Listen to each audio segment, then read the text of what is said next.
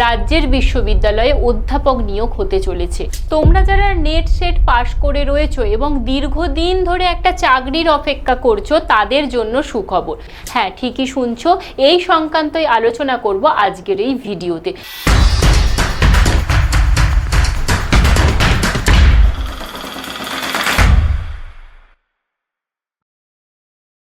আমাদের আলোচনার বিষয় হচ্ছে রাজ্যের বিশ্ববিদ্যালয়ে অধ্যাপক নিয়োগ হবে সেই সংক্রান্ত। এই ভিডিওতে কোন কোন বিষয়ের ওপর নিয়োগ হবে, পাশাপাশি হচ্ছে তোমাদের কি যোগ্যতা লাগছে, পরীক্ষা হবে কিনা, নির্বাচন পদ্ধতি, আবেদন কিভাবে করবে, সমস্ত বিষয়টাই আলোচনা করব আজকের এই ভিডিওতে। তাহলে চলো শুরু করি বিষয়টা। প্রথমেই বলি যে কোন ইউনিভার্সিটিতে নিয়োগ হবে। তোমাদের নিয়োগ হবে ডায়মন্ড হারবার ওমেন্স ইউনিভার্সিটিতে, এবং এই যে নিয়োগটা সেটা কিন্তু বেরিয়েছে অনেক দিন আগে। তোমরা দেখতেই পাচ্ছ 13ই মার্চ কিন্তু এই বিষয়টা বেরিয়েছে, এবং এর যে আবেদনের শেষ তারিখ সেটা থাকছে 20শে এপ্রিল 2026, এবং এখানে এর বিজ্ঞপ্তি নম্বরও দেওয়া রয়েছে। তাহলে চলো সম্পূর্ণ বিষয়টা একটু দেখে নিই। প্রথমেই বলি, এখানে কিন্তু বিভিন্ন পদে নিয়োগ হবে, অর্থাৎ কোন কোন পদ না 5টা বিভিন্ন পদ সেখানে রয়েছে। Professor, associate professor, assistant professor, dean এবং লাইব্রেরিয়ান, এই 5টা পদে কিন্তু নিয়োগ হচ্ছে। সেই কারণে বেতন কাঠামো তোমাদের শুরু হচ্ছে লেভেল 10 থেকে লেভেল 14 অনুযায়ী, অর্থাৎ 57,700 থেকে 1,44,200 টাকা পর্যন্ত তোমার বেতন কাঠামো থাকছে। এরপর আমরা দেখব যে ঠিক কিভাবে কি হবে এবং কোন কোন বিষয়ে নিয়োগ হবে। তোমার সাবজেক্ট যদি বাংলা হয় তাহলে বাংলা বিষয়ে কিন্তু সিট রয়েছে, তোমরা দেখতে পাচ্ছ, এবং সেটা রয়েছে ওবিসি এ ক্যাটাগরিতে।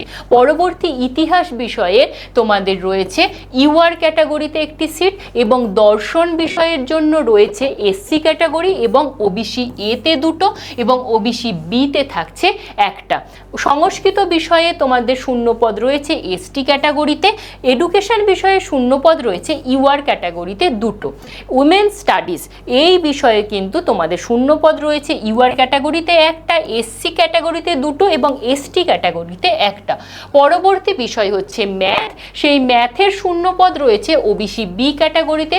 পদার্থবিদ্যা অর্থাৎ ফিজিক্সের শূন্যপদ রয়েছে এসসি ক্যাটাগরিতে। কেমিস্ট্রি বিষয়ে শূন্যপদ রয়েছে এসসি এবং তোমাদের ওবিসি এ ক্যাটাগরিতে। উদ্ভিদবিদ্যাতে রয়েছে তোমাদের মোট 4টি শূন্যপদ, ইউআর ক্যাটাগরিতে, এসসি ক্যাটাগরিতে 2টো এবং ওবিসি এতে 1টি। প্রাণীবিদ্যাতে রয়েছে পিডব্লিউডি ক্যাটাগরিতে ইউআর পিডব্লিউডি ক্যাটাগরিতে 1টি এবং ওবিসি বিতে 1টি। পরবর্তী ভূগোল যদি তোমার বিষয় হয় তাহলে ওবিসি বিতে শূন্যপদ থাকছে 1টি। পাশাপাশি ডিনের জন্য শূন্যপদ রয়েছে তোমাদের ইউআর ক্যাটাগরিতে 1টা, এবং লাইব্রেরিয়ান পদের জন্য রয়েছে ইউআর ক্যাটাগরিতে 1টা। এই হচ্ছে মোট শূন্যপদের তালিকা। এবার আমরা দেখে নেব যে যোগ্যতা কি লাগছে, অভিজ্ঞতা লাগছে কিনা, এই সব বিষয়গুলো, পাশাপাশি বেতন কাঠামো। তো তোমাদের প্রথমেই যেটা অ্যাসিস্ট্যান্ট প্রফেসরের ক্ষেত্রে শিক্ষাগত যোগ্যতা লাগছে মাস্টার্সে 55% নম্বর, তার সাথে অবশ্যই নেট কিংবা সেট তোমাকে পাশ করে থাকতে হচ্ছে। অর্থাৎ তুমি যে বিষয় নিয়ে অ্যাপ্লাই করতে চাইছো সেই বিষয়ে মাস্টার্স থাকতে হচ্ছে, এবং সেই বিষয়ে তোমাকে নেট কিংবা সেট পাশ করে থাকতে হচ্ছে। এইখানে কিন্তু তোমার অভিজ্ঞতার কোনো প্রয়োজন নেই, এবং বেতন কাঠামো থাকছে লেভেল 10 অনুযায়ী, অর্থাৎ 57,700 টাকা। পরবর্তী অ্যাসোসিয়েট প্রফেসরের ক্ষেত্রে শিক্ষাগত যোগ্যতা একইভাবে মাস্টার্সে 55% নাম্বার, কিন্তু তার পাশাপাশি তোমাকে অবশ্যই পিএইচডি পূর্ণ হয়ে থাকতে হবে, অর্থাৎ পিএইচডি ডিগ্রি তোমার থাকতে হচ্ছে, এবং ন্যূনতম 8 বছরের শিক্ষকতা বা গবেষণার অভিজ্ঞতা লাগছে। এক্ষেত্রে বেতন কাঠামো থাকছে লেভেল 13A অনুযায়ী। এর পরবর্তী পদ হচ্ছে প্রফেসর, সেই পদের ক্ষেত্রে তোমার পিএইচডি লাগছে, এবং পাশাপাশি উচ্চমানের গবেষণাপত্র যাতে প্রকাশ হয়ে থাকে সেটা বাধ্যতামূলক হিসেবে লাগছে, এবং 10 বছরের শিক্ষকতা বা গবেষণার অভিজ্ঞতা লাগছে। এক্ষেত্রে বেতন কাঠামো হচ্ছে লেভেল 14 অনুযায়ী। পরবর্তী যে পদগুলো রয়েছে অর্থাৎ ডিন এবং লাইব্রেরিয়ান, এই পদগুলো শিক্ষাগত যোগ্যতা আমি এইখানে আলোচনা করলাম না, তোমরা দেখে নিতে পারো বিষয়টা। তবে লাইব্রেরিয়ান পদটা একটু বলে রাখি, মাস্টার্সে তোমাকে 55% নাম্বার থাকতে হচ্ছে এবং ন্যূনতম 10 বছরের অভিজ্ঞতা থাকতে থাকতে হচ্ছে। পাশাপাশি কিন্তু তোমার কম্পিউটার বা আইসিটি এবং আধুনিক লাইব্রেরি পরিষেবা এই বিষয়ে কিন্তু কাজে দক্ষ হতে হবে। এরপর আমরা দেখে নেব যে তোমার নম্বরের কোনো ছাড় রয়েছে কিনা বা কারা ছাড় পাবে। যেমন নিয়ম, সেই রকম নিয়ম অনুযায়ী এসসি, এসটি, ওবিসি, পিডব্লিউডি এই প্রার্থীরা কিন্তু নম্বরের 5% ছাড় পেয়ে যাবে। এবং বয়সসীমা পশ্চিমবঙ্গ সরকারের প্রচলিত নিয়ম অনুযায়ী যেমন বয়সসীমা থাকে এক্ষেত্রেও তাই, অর্থাৎ আমাদের ডব্লিউবিসিএসসির যেমন বয়সসীমা এক্ষেত্রেও ঠিক তাই অ্যাপ্লিকেবল হবে। এবং নেট সেট যাদের নেই তাদের ক্ষেত্রে বলে রাখি, যদি ইউজিসি 2009 অনুযায়ী যেমন রেগুলেশন, অর্থাৎ 2009-এর আগে যদি তোমার পিএইচডিতে এনরোল করে থাকো তাহলে অবশ্যই তুমি নেট সেট পাস না করে থাকলেও তোমার চলবে। তো এরপর আমরা দেখে নেব যে কিছু নির্দেশিকা।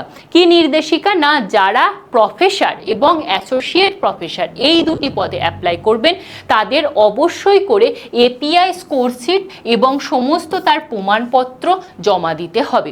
এবং অ্যাসিস্ট্যান্ট প্রফেসরের ক্ষেত্রে কোনো শিক্ষকতার অভিজ্ঞতা বা এপিআই ফর্ম জমা দেওয়ার বাধ্যতা নেই, তবে যদি থাকে সেটা জমা দিয়ে দিতে পারেন।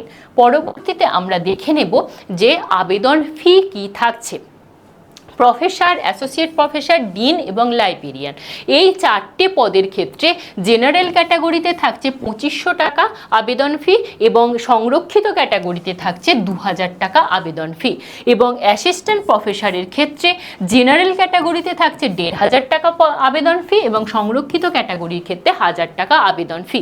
এই আবেদন ফি কিভাবে জমা করবেন? অবশ্যই ডিম্যান্ড ড্রাফটের মাধ্যমে জমা করবেন। সেখানে favour of Diamond Harbour women's university লিখতে হবে এবং পেয়েবল অ্যাট সারিসা তো আপনাদেরকে লিখতে হচ্ছে। এরপর আমরা দেখে নেব যে যারা এর আগে এই ইউনিভার্সিটিতে অ্যাপ্লাই করেছিলেন তাদের কি করতে হবে, অর্থাৎ 2018, 2020, 2021, 2023 এই 4 বছর পর পর কিন্তু বিজ্ঞপ্তি বেরিয়েছিল, সেখানে অনেকেই আপনারা আবেদন করেছেন।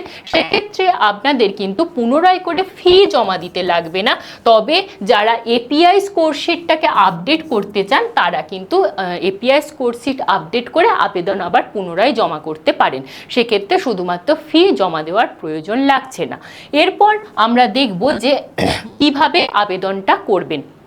আবেদনটা করার জন্য অবশ্যই আমাদেরকে অফিসিয়াল ওয়েবসাইটে যেতে হবে।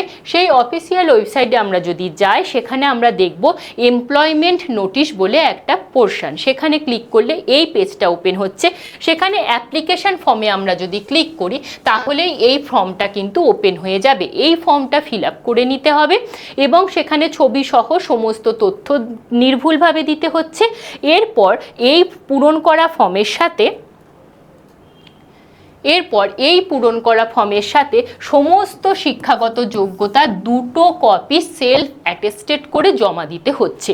পাশাপাশি অবশ্যই নেট সেটের সার্টিফিকেট, কাস্ট সার্টিফিকেট, তারপর আপনার সঠিক মূল্যের যে ডিম্যান্ড ড্রাফট সেটাও জমা করবেন এবং একটি বৈধ পরিচয়পত্র জমা করতে হচ্ছে। তাহলে আরও একবার বলি কি কি জমা করতে হচ্ছে। আবেদন মূল্য জমা করতে হচ্ছে, আবেদন করার ফর্ম জমা করতে হচ্ছে, এছাড়া শিক্ষাগত যোগ্যতার সমস্ত 2টো সেট সেলফ অ্যাটেস্টেড করা কপি এবং কাস্ট সার্টিফিকেট এবং একটি বৈধ পরিচয়পত্র, এই সমস্ত করে একটি খামে পড়ে তার ওপর ঠিকানা লিখে সেটা বাই পোস্ট করতে পারেন কিংবা বাই হ্যান্ড জমা করে দিয়ে আসতে পারেন। কোথায় জমা করবেন এবার সেই ঠিকানা একটু অবশ্যই দেখে নেব। এই ঠিকানায় কিন্তু জমা করতে হবে। আমি সরে যাচ্ছি, চাইলে এটা স্ক্রিনশট তুলে রাখতে পারেন কিংবা ইউনিভার্সিটির যে অফিসিয়াল ওয়েবসাইট রয়েছে সেই ওয়েবসাইট ভিজিট করে নিতে পারেন। এই গেল আজকের বিষয়। এই সংক্রান্ত যদি কোনো প্রশ্ন থাকে তাহলে অবশ্যই সেটা কমেন্ট বক্সে কমেন্ট করে রাখুন এবং পিএইচডি সংক্রান্ত যদি কোনো প্রশ্ন থাকে তাহলে সেটাও আপনি কমেন্ট বক্সে কমেন্ট করে রাখতে পারেন। আজকের মতো এই পর্যন্ত। সবাই খুব ভালো থাকবেন আর এই রকম আপডেট পেতে অবশ্যই এই চ্যানেলটাকে সাবস্ক্রাইব করে রাখবেন এবং যদি ফেসবুক পেজ থেকে থাকেন তাহলে পেজটা ফলো করে রাখবেন। Thank you.